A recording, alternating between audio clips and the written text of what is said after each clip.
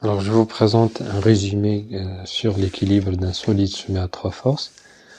C'est une exploitation d'une expérience. Donc, j'ai réalisé l'équilibre d'un solide de masse négligeable. Vous voyez ici, c'est un papier carton.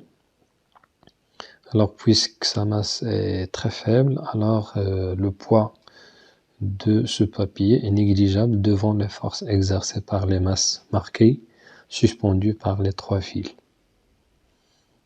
Alors, chaque fil exerce une force égale au poids de la masse marquée. Alors, ici, on a deux masses marquées, l'une de masse 100 grammes, l'autre de 200 grammes. Alors, au total, on a 300 grammes. Alors, de ce côté-là, on a deux masses de 200. Donc, au total, on a 400 grammes. La dernière masse, c'est une masse de valeur 500 grammes. Alors, on va chercher ensemble les conditions d'équilibre de ce solide-là, soumis à trois forces non parallèles. Alors, la première des choses, c'est qu'on va voir les lignes d'action, représentées bien sûr, matérialisées par les fils. Alors, lorsqu'on voit ce dispositif de profil, on constate que les lignes d'action appartiennent au même plan. C'est une condition d'équilibre. Alors, on dit que les lignes d'action des trois forces sont coplanaires. Et on va chercher d'autres conditions que vérifier ces forces pour assurer cet équilibre. Alors, la première des choses, on va s'intéresser aux lignes d'action ou bien aux droites d'action des trois forces. On va les représenter. Alors, pour cette force, voilà les lignes d'action, c'est une ligne confondue avec le fil. Alors, pour cette deuxième force, de même, la ligne d'action est confondue toujours avec le fil. De même pour la troisième. Alors, qu'est-ce qu'on constate d'après cette représentation? On constate que une autre condition s'ajoute, c'est que les lignes d'action des trois forces se coupent en un seul point. On dit que les lignes d'action sont concurrentes. Alors, pour chercher les conditions que doivent vérifier bien sûr ces forces avec leur intensité et leur direction, on va d'abord calculer les intensités des trois forces. Alors, pour la force exercée par le fil de droite, on va multiplier la masse tout simplement par l'intensité de pesanteur parce que ce fil exerce une force égale au poids des deux masses. Alors, on a une masse de 400 grammes qu'on va multiplier par 10 puissance moins 3 pour convertir en kilogrammes et multiplier par G l'intensité de pesanteur. Le résultat, c'est 4 newtons. De même pour la masse de gauche, on a une masse de 300 grammes, alors on aura une valeur de 3 newtons. De même pour la force exercée par la masse 500 grammes. Et on va représenter ces forces en utilisant une échelle. Je vais choisir une échelle très simple. Je vais représenter 1 newton par 1 cm. Alors la force F1 serait représentée par une flèche de longueur 4 cm. De même pour la force F2, c'est une force qui serait représentée par 3 cm. Pour la force F3, c'est une force qu'on peut représenter par une flèche de 5 cm. Maintenant, on va chercher les conditions que vérifie sa force, bien sûr, comme j'ai dit, leur direction et leur intensité. Mais pour respecter les directions des forces, il faut préciser l'angle que fait ces forces avec les deux directions qu'on utilise souvent sur notre cahier. C'est la direction verticale, bien sûr, selon laquelle est orientée la force F3.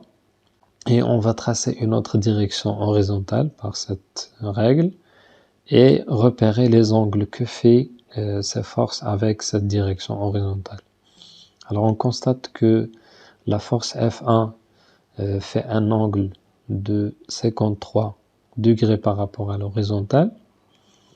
Pour la force F2, donc elle fait un angle de 37 degrés par rapport à l'horizontale. Et on va maintenant prendre un bout de papier pour représenter ces forces.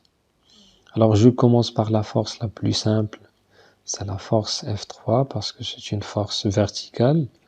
Donc vous voyez sa longueur c'est 5 cm. Et on va respecter la direction pour ajouter la force F1. Alors maintenant ce qu'on est en train de faire c'est de réaliser la somme vectorielle de ces trois forces. Alors je considère que cette force par exemple c'est la force c'est le vecteur AB par exemple, et je vais ajouter un autre vecteur en commençant par l'extrémité de F3 pour qu'on puisse utiliser la relation de Schall, AB plus BC.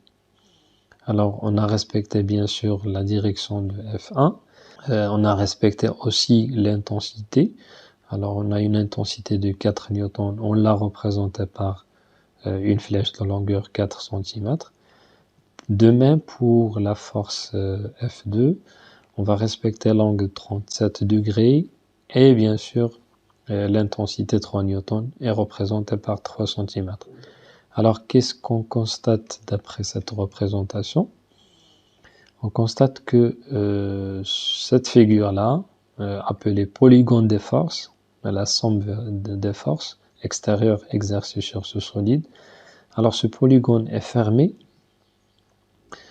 Et le polygone fermé indique que si je fais la somme des trois forces, j'aurai un vecteur nul. Alors comme si j'ai par exemple le vecteur AB, c'est la force F3 AB. La force F2 par exemple, c'est le vecteur par exemple BC. Et la force F2, c'est le vecteur CA, bien sûr par la relation de Schall, AB plus BC plus CA. Alors AB plus BC c'est AC, AC plus CA c'est AA. AA tout simplement c'est un vecteur nul. Alors on a terminé toutes les conditions nécessaires pour assurer l'équilibre d'un solide sur l'action de trois forces non parallèles. Alors je rappelle les observations et les conditions d'équilibre. Alors la première observation qu'on a fait sur ce dispositif, on a remarqué que les lignes d'action des trois forces appartiennent au même plan. On dit tout simplement que les lignes d'action des trois forces sont coplanaires. Et on a aussi représenté les lignes d'action des trois forces et on a observé que ces lignes d'action se coupent en un seul point. Alors on peut dire tout simplement que les lignes d'action des trois forces sont concurrentes. Et la dernière condition qu'on a vérifiée, c'est la recherche de la forme du polygone.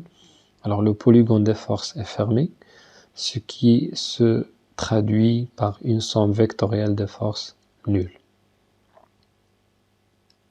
Merci d'avoir suivi cette partie. On se verra prochainement, Inch'Allah.